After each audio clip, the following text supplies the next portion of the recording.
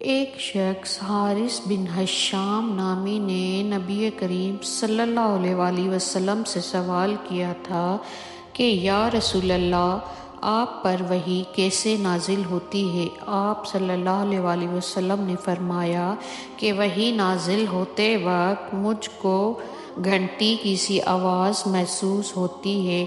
اور وحی کی یہ کیفیت مجھ پر بہت شاق گزرتی ہے۔ جب یہ کیفیت ختم ہوتی ہے تو میرے دل و دماغ پر اس فرشتے کے ذریعے نازل شدہ وحی محفوظ ہو جاتی ہے، اور کسی وقت ایسا ہوتا ہے کہ فرشتہ بشکل انسان میرے پاس آتا ہے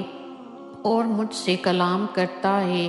بس میں اس کا کہا ہوا یاد رکھ لیتا ہوں۔ حضرت عائشہ رضی اللہ تعالیٰ عنہا کا بیان ہے کہ میں نے سخت کڑاکے کی سردی میں نبی کریم صلی اللہ علیہ وآلہ وسلم کو دیکھا ہے کہ آپ صلی اللہ علیہ وآلہ وسلم پر وحی نازل ہوئی، اور جب اس کا سلسلہ موقوف ہوا تو آپ صلی اللہ علیہ وآلہ وسلم کی پیشانی مبارک پسینے سے شرابور ہو رہی تھی۔